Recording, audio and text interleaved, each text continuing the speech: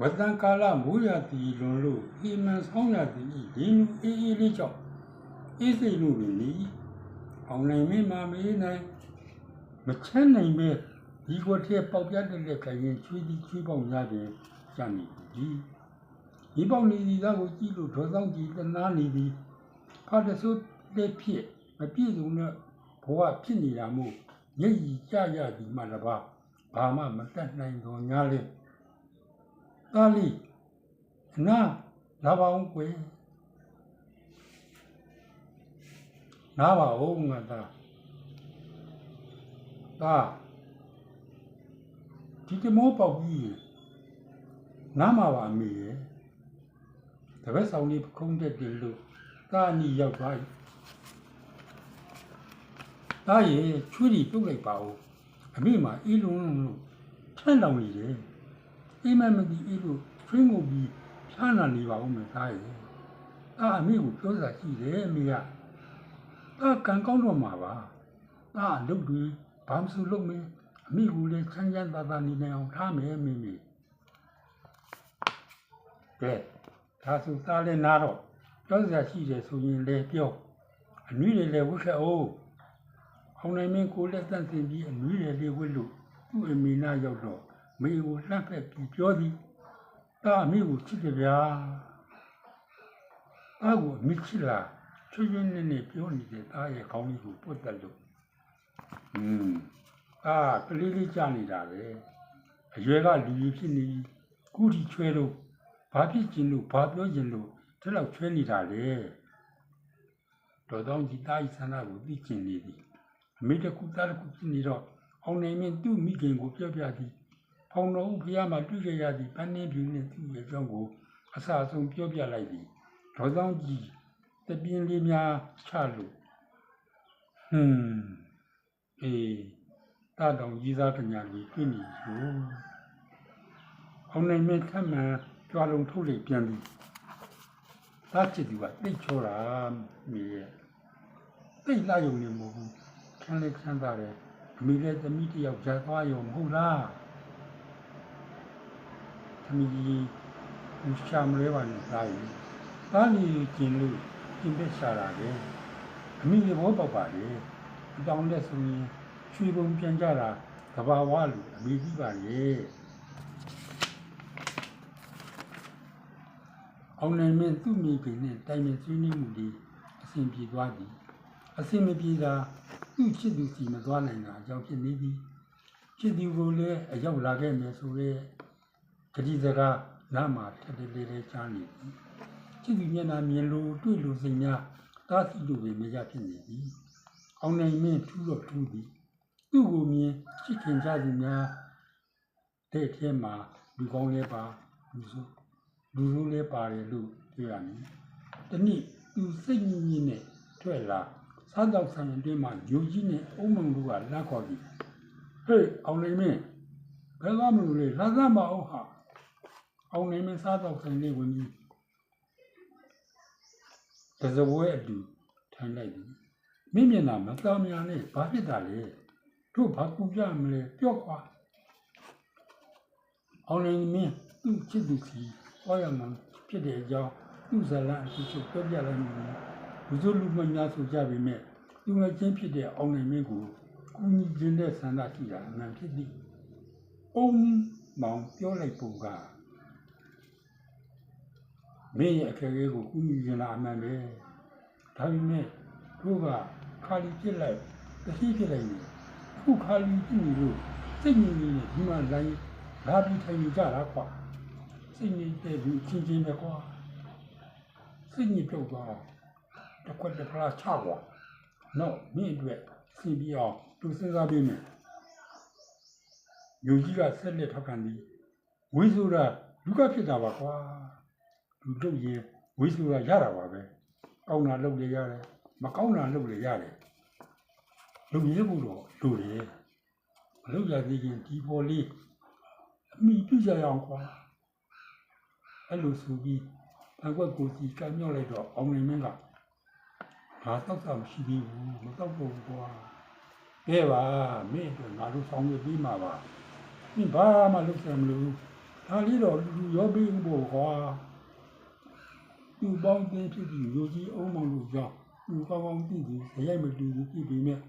အောင်နိုင်မင်းရောနေရသည်တောက်တယ်ဆိုတာတစ်ခွက်ကစတာပါပဲရောရင်နှစ်ခွက်သုံးခွက်ဒီခွက်ကြောက်သွားတဲ့အချိန်မှာတော့အာလီပါလီနဲ့အုံးမောင်ကစပြီအနည်းဘူးလေးကိုချစ်တဲ့အာယုံဆွေးမြမိုးတောင်လုံးတုံးမလို့ခုံအဲ့တော့အောင်နိုင်မင်းခုံကြီးသားကွာခုံနေလားပြောတော့မယ်မင်းဘာနဲ့ခုံနေမှုညီနေတာငါထားလို့တော့မရတော့ဘူးကွာအောင်မလေးဟာကောင်းမလေးရောဟိုပြောဒီပြောနေရောပြောပြီးလူစွမ်းကောင်းကြီးကခုကြတော့လူရောကြီးပါလားဟေးအဲ့ပြီးမဲ့လူကလက်လောက်ညံ့ရလားကွာဒီကြီးကလာပြီးတော့ပြီးတယ်ညီလာပြီးညနာများလည်းညီနေညီလာပြီးစကားမမစဉ်းစားမရနိုင်တဲ့အချိန်အောင်နိုင်မင်းပုဂ္ဂိုလ်ကိုမသိနိုင်တဲ့မခံစည်းစိမ်နဲ့နှမ်းမှုလာပြီးပြောကြကွာပြောကြပြောချင်လို့သာပြောကြငါယောက်ျားကွာဘာလို့မလဲပြောလူကြီးကမသိတည်းစသည်လူကမင်းသားမန်းတော်ထိတ်တာဘာမှမဆောင်ဘူးကြည့်အောင်မပေါ့ကွာအဲ့ကောင်အောင်မသူဈေးဘက်ကိုသွားမယ်အောင်နိုင်မင်းကိုလနေရာမှာလာခဲ့ငါပြောတဲ့အစီအစဉ်တိုင်းလုပ်တို့အလုပ်သစ်စားကြမယ်ပြောဆိုတိုင်းမင်းကြီးဈေးလိုသွားအောင်နိုင်မင်းဘာရင်ညာရင်မသိရောင်မလဲခတ်တူလူလေးနဲ့လိုက်ပါသွားခဲ့ပြီမြို့ကြီးဈေးမှာတွေ့ရအထုတ်သိပြီးနောက်ဆုံးအုံမမပြေးပြီးလက်ဆင့်ကအောင်နိုင်မင်းကြီးဒီလိုစကန်ချတဲ့နေရာပြန်ရန်လူတင်မှာထားကြည့်တိုင်းလုပ်ရတာဖြစ်ပြီအောင်နိုင်မင်းတို့နေရာချာနေရာလေးတွင်စောင့်နေကြပြီးအုံမုံနဲ့လူကြီးဈေးတွင်သို့ဝင်သွားကြပြီ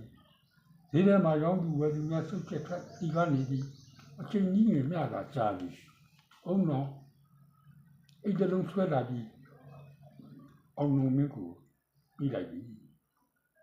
သူလည်းအမှားထားရှိရတဲ့ဒီချိုးတဲ့သူစကန်ဘက်ကိုပြန်လာခဲ့ပြီသူစကန်ကိုအောင်နိုင်မင်းတောင်းနေပြီးမကြပါလူကြီးနဲ့အုံမောင်တို့အတူရောက်လာကြပြီအောင်နိုင်မင်းလက်ညှိုးထိုးပြီးဇွဲပေါ်မှာသူ့ကိုပြီးလိုက်ပြီးအထုပ်ကိုညွှန်ပြသည်သူတို့နှစ်ယောက်အထုပ်ကြီးကိုပြီးတော့ဝိထန်များနဲ့ပတ်စံအိတ်တလုံးပါလာသည်အောင်နိုင်မင်းကိုလူကြီးနဲ့အုံမောင်ကြည့်ပြီးသဘောကျနေကြသည်ဟေးအောင်နိုင်မင်းအကူအကျိုးပြုရှင်နေတော့ငါတို့ဆွဲတာနှက်မှတ်ခြင်းနဲ့ငါပြီးတော့ပြရတာကွာမင်းသွားချင်တာသွားလို့ရပြီဟောဒီမှာမြင်လားသူတို့ပတ်စံအိတ်ကိုခိုင်မြောက်ပြပြီးပြနေကြပြီးသူထိုင်တဲ့နေရာသို့ပြစ်ပြီးလိုက်ပြီလူကြီးကဆက်ပြီးဒီတိုင်းလားဆိုရင်မင်းကောင်မလေးစီသွားလို့ရပြီလားဒါနဲ့မှမလို့ရင်ဒီမှာရှိတဲ့ပစ္စည်းသူကွက်ကြီးရသေးတယ်ရပါပြီကွာလကားရတယ်နော်သွားကြည့်နေလို့ကြည့်နေပါဦးမယ်အောင်နိုင်မင်းမလုပ်ဘူးဘူးနဲ့လုံးဝသွားလိမ့်မယ်ဒီစံတာတော့ပြည်လို့သွားပါပြီဝိညာဉ်တွေကဝိညာဉ်တွေမှာချစ်မိတဲ့ဝိညာဉ်လောက်ဆူးမိမထင်တော့ပါအောင်နိုင်မင်းအဲ့လိုပဲမပြောနိုင်အင်းပြန်တော့လေအိမ်မများနဲ့မနှုတ်လက်ချက်လွတ်လက်ချက်သူနကိုတဲ့ချင်းလွတ်လက်ကိုလွင့်ပြန်ချစ်သူနဲ့ရှင်တွဲလွင့်ဝဲနေတဲ့သူ့ဆံတွေကြည်လဲတဲ့မြေဝဲချိုမြတဲ့စကားကရွေးချွေးရဲ့အထီးအတွေ့ဒီလေးချင်းရစ်ပိုက်တန်းချိုနှိမ့်မှုချားတဲ့ကမိုးစက်ပက်ဖြန်းတယ်လို့သိရင်နဲ့ခံစားလူလိမ်လို့ထွေးပြီးပြီးတယ်ခုပြီးကဖြစ်တော့အိမ်မက်ကြောက်တဲ့ပြုံးဆွေးနေမိစိတ်ဆိုအိမ်မက်ပြင်ကိုထင်ပြရောထင်ပြေးဝင်လာတဲ့နားတဲ့ရင်တဲ့စုနဲ့တည်ရင်ကြည်ရင်ကြည်ပါစေသူ့ကိုဘဝခကြီးမိတွေ့ကူညီဖို့ဆုံးဖြတ်ချက်ချလိုက်ပြီအောင်နေမင်းဤဆွဲလန်းမှုကြောင့်အနည်းပြဤဆွဲလန်းမှုကြောင့်လားပြောပြလို့ရမှာမထင်ပါအိမ်မက်များနဲ့လက်နိုးနေရသည်အောင်နေမင်းအနည်းပြထံရောက်သွားရင်ဆုံးဖြတ်ချက်ချလိုက်ပြီသူဤမိခင်ကိုဖွင့်ပန်ပြီးချစ်သူရှိရသည်ရောက်ပန်းခဲ့ပါတော့ပြီအောင်နိုင်မင်းသူချစ်သူစီသွားအစံတိမောလေးစီပြီးက 14ရောက်လို့ကျွတ်စုရွာစုဥယျာဉ်တင်းငယ်စင်းငှားလိုက်သည်ပထမဦးစွာငွေချင်းအောင်မျိုးထံသွားပြီးနောက်သူ့ချစ်သူပန်းင်းပြူထံသွားရန်ဖြစ်သည်ကျွတ်စုရွာအောင်မျိုးတော်တို့အိမ်ရောက်သူရောက်ပြီးဆိုရင်ပဲအိမ်ဝင်ရောက်တော့အောင်မျိုးတော်ကြီးအပြီးလေးထွက်လာပြီးမျောလင်းပဲတွေ့လိုက်ရစဉ်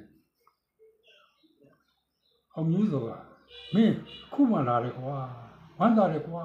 အင်းနဲ့ရင်ဝင်အောင်ပြောစရာတွေလည်းအများကြီးပဲအောင်နိုင်မင်းအိမ်ထဲတို့ဝင်ပြီးတန်လျာပေါ်သို့ခြေပြစ်လက်ပြထိုင်လိုက်ပြီးသူ့စကားဆိုလိုက်ပြီးမင်းတို့မိသားစုအားလုံးဒီကောင်းကြတယ်မဟုတ်လားဒီတိုင်းကောင်းပါလေမင်းကိုင်းတော့လေဆက်ကြရလို့မောင်းနေတော့မယ်ဖိုက်လဲစာရောပေါ့ကွာစားစရာလေးပါလေးလူကြပါအောင်ဟာလိုက်အောင်ပြောလိုက်တော့ဘန်ကလေးနဲ့အမှုတစ်ထောင်ကောင်းပြင်းပေါင်းပဲစီကွက်စားကွက်အကျန်းအုပ်လို့ရောက်လာအောင်မျိုးဆိုမကြည့်နဲ့တယ်လို့ဒီနဲ့တယ်လို့လေဘယ်လိုပဲကွာစားနဲ့စားရဆမ်းမအောင်မင်းကောင်းမလေးစီလာတာဟုတ်လားတန်းင်းပြီးငါစီလာသေးတယ်မင်းနဲ့ငါကအဆက်အသွယ်ရှိဘူးလားလို့မေးသေးတယ်မင်းနဲ့ငါဘယ်လိုလုပ်ဆက်သွယ်လို့ရမှာလဲငါလည်းအမှန်တိုင်းမရှိဘူးလို့ပြောတော့သူ့မျက်နှာလေးကြီးသွားတယ်ငါတော့ရောရောပြီးမိကိုစိတ်ဆိုးမိပြီးတယ်ကွာမင်းတို့စိတ်ဆိုးတာခွင့်လို့ပါလေငါဘယ်လိုခံစားရဆိုဆိုတာမင်းတို့ဝင်ကြည့်လို့မှမရတာသူတို့အိမ်ကဝေးသလားမင်းကောင်မလေးကရွာရှိပိုင်းခြံဝန်းအကြည့်ကြီးနဲ့နေတာဗျာလာမို့ဆွန့်လို့ကြီးတို့ကသူ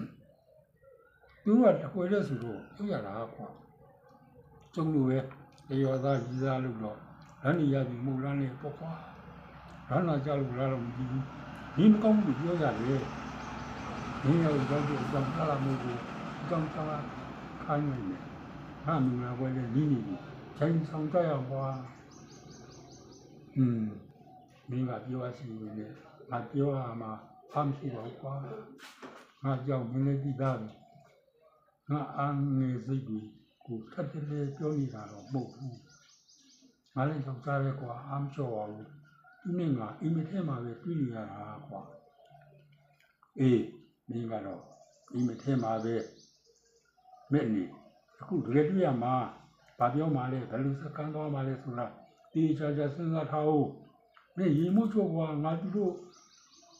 လိုက်ဖို့ပြီးမယ်ဝေချင်းနေရောက်သူ့ကြောင့်ကိုကြောင့်အလုံးစုံအောင်ပြီးအောင်ရုပ်စုပေးကြပြီအောင်မျိုးရောလွတ်လိုက်တယ်ပြလာမှုပြန်လာတာတော့ကိုလှမ်းလို့မြင်လိုက်ပြီသူတို့လည်းစကားပြောတာတဲတဲကိုကိုမကြားရပြီနဲ့အခြေအနေကောင်းမှန်းပြရလို့သူ့စိတ်ထဲကြိတ်ဝမ်းသာနေပြီဝိစားလည်းပြီးထွက်လာတော့အောင်မျိုးရောတန်းပြီးပြောပါပြီမင်္ဂလာပဲငယ်ချင်းတန်းနေပြီးလှလာမှုနဲ့တွေ့လို့မင်းလာတဲ့အကြောင်းသတင်းရချင်းဒီမကောင်းနေတယ်ကွာမင်းစစ်သူကထထိုင်ပြီးအကောင့်ပကတိကိုဖြစ်သွားတယ်ကွာအော်ပါရဲ့မင်းလည်းအစင်သေးအားလုံးရှိရင်တွားကြရအောင်သူတို့နေရောက်တန်းနေပြီးလို့အိမ်ရှိရောက်တော့သူထင်တာတဲ့ပုံနေလေပြီအိမ်ဝိုင်းကြီးကျတဲ့လောက်သစ္စာဝန်းနေရများဖြင့်အလားဆင်ထားပြီးအမြင့်ပိထားဝင်ရသည်ငါပင်အိမ်တန်းကြပြင်တောင်အိမ်ကြီးကိုလည်းလှမ်းမြင်နေရသည်ဒီရှိဝင်းလမ်းမကြီးရှေ့ရောက်လို့အောင်မျိုးအတန်ပြုတ်လိုက်ဆန်အိမ်ဘာကြီးကလုံရန်ခေါ်ထားတဲ့အောင်မလေးတူဖြစ်ရန်တူသည်သူမတကားကိုလာဖွင့်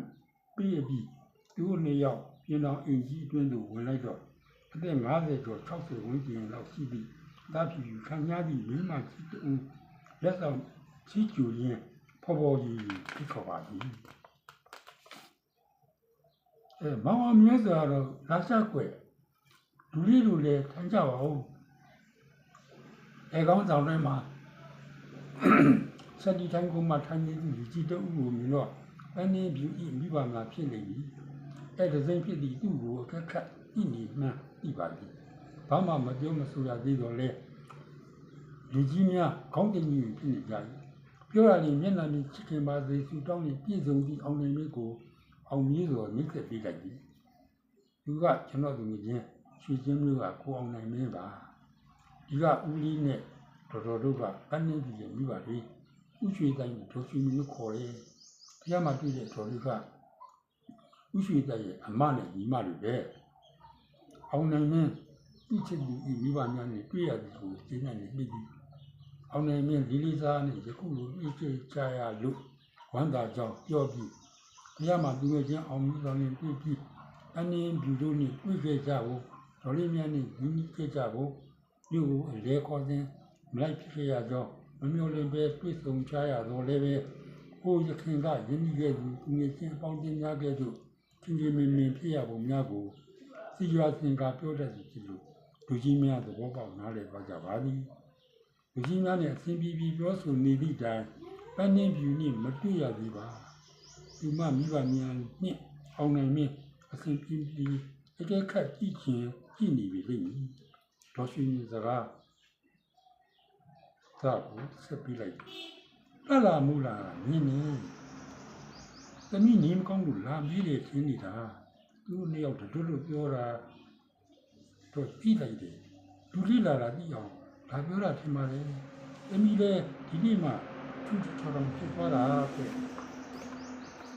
အောင်ကြီးကပြောတာတခါတည်းဒီလိုအောင်နိုင်မင်းဖြစ်တဲ့ပန်းင်းဒီဘောဖြစ်ချင်းမြတ်တာပြင်ခရုဏာကရှင်ပွားလို့လာတော့သည်သူစကားပြောနေကြတဲ့အိမ်အပေါ်တန်းမှာတီကားလက်ရန်ကိုကန်ပြီးဆင်းလာသည်ပန်းင်းဒီကိုမြင်နေကြရပြီပြာလေးလေးပိုးကြီးခိတ်ခမင်းကြီးဇာနိုင်တို့အပြောင်းညှိရောအင်းကြီးလေးနဲ့ဗတ်ကျူစရုံးလေးအခုံးဖြစ်ချထားပုံမှာလဲပတိဆန်လာပြီဘာပြင်မှာတနခါပါပါလေးရေတိုင်းကြောက်ကြောက်ရွှေရင်အစုံထက်ဒီလာကြောက်ဆွဲသူလေးဆင်းရဲကြီးအောက်သူခင်းရလာဘုန်းနဲ့လူတွေကကောင်းကင်မှာစလာသလားလို့အောင်နေမှုဖြစ်တယ်သိနေပြီဒီနေ့စပြီးပြည့်စုံခဲ့ရပြင်ကအပြုံးကြီးလိုပါမယ်တန်းကြီးကြီးဒီမှမိဘနှစ်ပါးဘေးမှာထိုင်ကုန်တွင်အောင်နေမင်းနှင့်ဒီနေ့စဉ်းစားခံလိုက်ပြီဒီမှအတန်တူတူညင်းလေးနဲ့ကိုအောင်နိုင်မင်းငါကူရောက်တာလှလှမောပြောလို့သိပါလေဒီမှာလေးစောင့်နေတာပါပြောခဲ့လို့လေဒီကေလာလို့ဝမ်းသာပါတယ်ကိုအောင်နိုင်မင်းအနေဒီမိဘနှစ်ပါးလုံးဇူးစားတာတော့သူတောင်သားများဖြစ်ကြောင်းသိခဲ့ပြီအောင်မျိုးတော်ပြောသူလိုပန်းနေဒီဒီမနဲ့ပတ်သက်ပြီးကြောင်းရမှန်းများပြောပြထားဖို့ရတယ်တစ်ဖက်သားအပေါ်မယုံမကြည်အထင်သေးခြင်းမရှိလင်းမြန်းခြင်းမရှိသမီးပေါ်စိတ်ချယုံကြည်မှုအပြည့်ရှိရတယ်လို့ထင်မှတ်ခဲ့ရသည်ဒီမ၏မိဘများကံကံ၏အကြောင်းတရားကိုလည်းသိရှိနားလည်ထားသူများဖြစ်နိုင်တယ်ဘုရားရှိသူများလို့လည်းပြောလို့ရပါသည်အဲခန်းစပွဲတွင်သားစီယာများနှင့်အပြည့်သဒ္ဒါထက်တန်ပြင်းနေမှာမှန်ကြသူများဖြစ်ပြီးအောင်နိုင်မင်းဒီမမိဘများနှင့်စကားပြောရတာအစဉ်ပြေချောမောပါသည်ဖခင်ဦးရှိတိုက်မှတိုင်းရပြည်နဲ့လုပ်ရန်စီမံခန့်ခွဲဖို့ဆိုပြီးထွက်သွားတယ်မိခင်ဒေါ်သူမီမှာလည်းမိလေကြတာစီမံရန်ဘာမိစေစေရောက်ရည်သည်လူလေးအဝိခကြီးကခင်လို့မြင်လို့လာတာဘာမှအာမနာနဲ့မောင်အောင်မျိုးစော်လဲနေ့လေညစာဒီမှာပဲစားဒေါ်လေးစီစဉ်ကြပြီးပတ်စီစဉ်လိုက်ဦးမယ်ဒီကမှာတော့တော့ကျွန်တော်ဒီအောင်မျိုးစော်မခံကြည့်မခံတာပြောသူဖြစ်သွားပြီအောင်နိုင်မင်းဒီဆိုတော့မှန်တယ်လို့ထောက်ခံလိုက်ပြီကွာဗါတဲ့အနာနဲ့စေးတဲအောင်ပြီးကြောက်ရွံ့မဖြစ်ပါဆိုတဲ့စကားကွာတန်းနေဒီယောဂတောက်တဲ့စီဒီမှမရှိတာစိတ်ကူးမှရောက်လာစိတ်ရောက်တော့ယောဂကြောက်သွားယူမှုလားတန်းနေပြီတန်းနေပြီဒီမှပါလာတဲ့အောင်ဝါနဲ့အောင်မှုတော်ကိုနှမ်းပေါက်ပြီးချက်သေးလေးများမျက်နှာရင်ပေါ်ဆက်ဆန်းသွားပြီကိုအောင်မှုတော်နော်ဒီများကိုဆက်လို့ပဲပြောရင်ဒီကထပ်ဆူလိုက်သေးတယ်ဟုတ်ကပြောနေတယ်ဒီလိုပဲမဟုတ်လားတန်းနေပြီရေလို့ပဲဒီပါမှန်တယ်မှန်ပြီမှုပြောတာကိုလည်းပြင်းနေပါအောင်နိုင်မင်းဟိုကြည့်ဒီနီးနာပတ်ဝန်းကျင်ကိုတက်ခတ်ပြီးနောက်သူကတုံးတုံတာကြားနိုင်တော့ဒီလန်လေးကိုဖွင့်ပါတော့ဒီမလာခင်ကပန်းနေလူ နေ့စဉ်သတိရနေဖို့ဒီနေ့ကို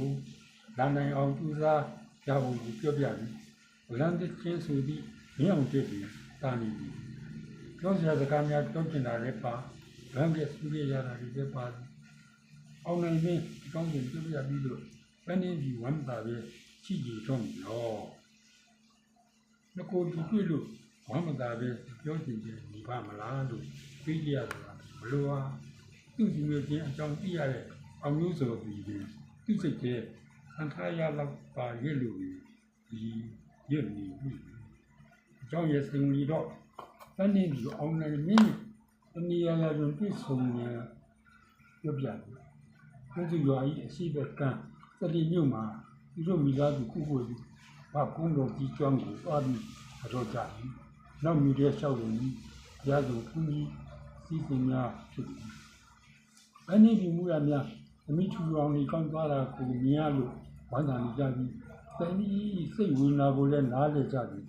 အပေါ်မဲ့တကောင်ကျသမီးလေးသမီးခင်ရဆွဲလန်းခြင်းဆွဲလန်းတယ်လို့လည်းမြင်ကြပါအောင်နိုင်မင်းရုပ်ခင်းကို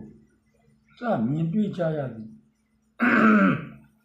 မိဘနှစ်ပါးလဲသားလေးတစ်ယောက်ထိုက်ရောက်လာတယ်လို့မြင်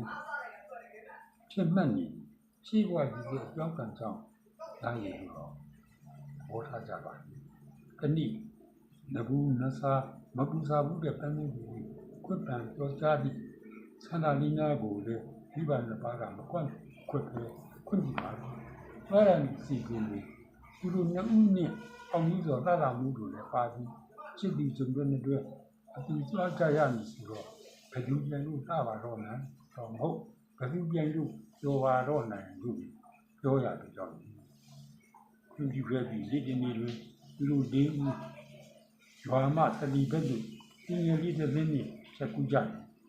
အောင်ကြီးစော်နဲ့သာသာမှုတို့ဂျုံတွဲတီလော်ရင်းနှစ်ခုတူတွဲထိုင်တယ်လို့ဒီဝမ်းပိုက်နေရာဒီခုန်တန်း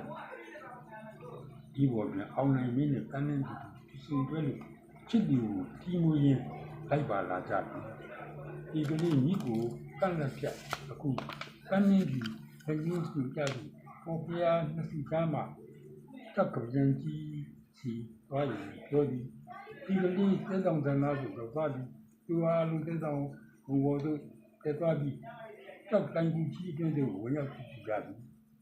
တိုင်းကြီးတဲ့တွင်တရားထိုင်ပြီးများတဲ့စီကြောင်းကြည့်ကြပြီသူတို့ရောက်ပြီးဒီပုဂ္ဂိုလ်ကိုတရားများလည်းတွေ့ကြရတယ်ထဲတွင်တန်လျာလေးများလည်းတွေ့ရှိပြီးဂူကြီးမြောက်ဘက်အိမ်သတင်းပေါင်းများပေါက်ထားတယ်လို့တကားပေါင်းများရှိအပေါက်ဝမှာမြစ်ပြင်ကိုလည်းကြီးနေပြီးတောက်ကရံကြီးအောက်ကြီးကိုကြည့်လိုက်ရင်ဘက်ကတော့ထိုးလို့တတိပင်စီးစင်းနေပြီးမြည်နေကိုကြည့်ပြီးကျက်သိမ်းအမိကြပါပြီဒီကျန်ဒီဆောင်းရကြီးဒီမို့ဒီတက်ကဘုံလူကြီးအောင်ရင်းကလည်းနားလာဘိုးတို့ချစ်ပြီးလွတ်လွတ်လပ်လပ်ပြောပြန်အခြားနေရာကိုဆောင်ပြီးကြတယ်ချစ်သူနဲ့အပြင်မှာဘယ်လောက်အေးအေးရင်ထဲမှာတော့မင်းကြီးကြလို့ပြင်တယ်ရှိရှမ်းတဲ့ရေဝန်းကြီးနဲ့ကြည့်နေတဲ့ချစ်သူကိုကြည့်မောင်တိတ်ကိုချစ်တယ်အနည်းကြီးဆိုလိုက်တော့ပန်းနေကြီးရေခွက်တာဒီမှာမောင်နဲ့ပြောခဲ့တဲ့စကားကိုကြည့်ရတာညီမဝမ်းသာလိုက်တာညီမကမင်းမသားပါဘူးမောင်တယ်မရောတော့ခံစားချက်ကြီးကြည့်နေတာကိုမောင်သိသိချင်တယ်မောင်ကိုညီမတွေ့ရမြင်လို့မောင်ချစ်တာကြည့်ရတယ်တီရောပါပြီမောင်ဘယ်လိုပြောလိုက်တာလဲပန်းနေကြီးမင်းမရှိဘာမရှိမပြောရနေလားအချီပန်းနေကြီးလို့ရှိ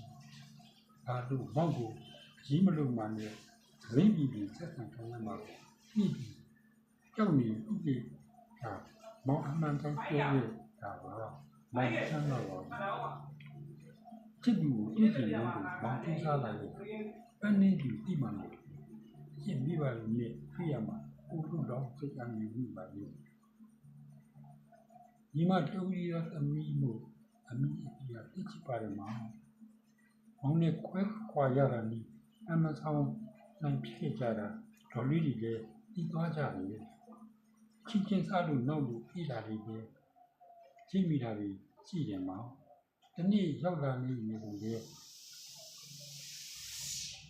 ချင်းနေမောင်ကိုလေတကယ်ကြည့်တော့အမိကိုမောင်နဲ့တွေ့ရဖို့အမှန်တန်ပြပြမိတယ်မောင်ပြောခဲ့တယ်လို့မဟုတ်ဘူးမလာများနေခဲ့ရင်ဒီမှာပြရတော့မှာလို့ပြောရင်ရင်မလားမှာဒီဝဲလေးပြောနေတဲ့ကန်းကြီးကိုသူဖက်ပြီးသား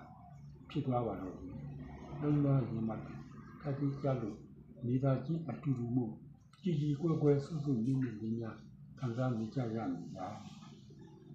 ရုံးမလေးကြည့်ရစစ်ပေဘဝရောက်တော့မောင်ရောက်လာနိုင်ပါလေမောင်ချစ်ပြီးခေါ်ရကူလာတန်းနေရတာပါဒီကမောင်ကခေါ်ရင်စစ်ဘက်တော်မလာရင်ဗိုက်ပြားကြီးရှင်နေယူနေမင်းသားကစားမှလားစီမောင်လာမဲ့ကိုစောင့်နေရသူပါဘာသာရဲ့ညောင်ရစီကျေလူကြီးကြည့်ပြီးကုလမင်းကြီးနဲ့စကားပြောရတာမောင်ကြီးလာတော့ဒီပြီးညောလာတော့တန်တာဆွမ်းရဒီရပြီပါမောင်ပြောရလေတာစီမောင်လေးမိလူပါကိုယ်နှုတ်ရရေကုန်သွားနဲ့နံမိုးလေးများသာသွင်းပြကြရန်စက္ကန့်နာရီများကိုမမတိကုန်ဆုံးခဲ့ပြီးတအုပ်နဲ့တအုပ်ချစ်တဲ့နောက်လို့ပြောကြရတာကိုယ်နိုင်ပဲမထင်ခဲ့ကြပြီမဲ့သဘောပေါက်နားလည်သွားကြပြီဇုံတွန်းတွေ့ပြန်လေတွေ့ဆုံကြပြီးဒီကလေးညနေဒီတော့ဒီလိုပြောလို့တတိမျိုးစုကြောက်သွားကြပြီသူစုစီစဉ်ထားပြီးတဲ့ဘာဖုန်ကြီးထံသွားလို့ဥကြကတော့ဒီကံပူများယူရည်ယူတဲ့တို့ဒီလျှောက်တဲ့စားတော့ကြပြီးဘုရားဆုံးဖူးလို့ပြီးယူကတော့ကြရင်သူများတောင်းလို့ဆိုကြတယ်သူအားလုံးရဲ့သူပြန်လာသူတို့လက်ဦးပန်းခင်းတော်လမ်းလျှောက်လန်းရအောင်လို့ဆိုတာလာမောလို့ကသူကြီးကျင်ပြီးပြီဆွေးနွေးတိုင်နေဖြစ်ကြောင်းအားပြီးရဝမ်းသာပြကြရတယ်ဒီကဖာသာပြီးကန်းကြီးကိုလာတော့ပြီးပြီးဆုံးလို့ပြောင်းကျူးသားနေစသဖြင့်အဆုံးပါပဲအောင်နေမင်းပန်းကြီးကိုချစ်သိမ်းလို့နေရတယ်သူမမိဘများလည်းရှင်လူလေးဆိုပြီးမြဲချစ်ခင်မှုတမှုရမေပင်ဒီများလူလာမရသေးတဲ့သူ့ဘဝအဖြစ်မှုမခွဲ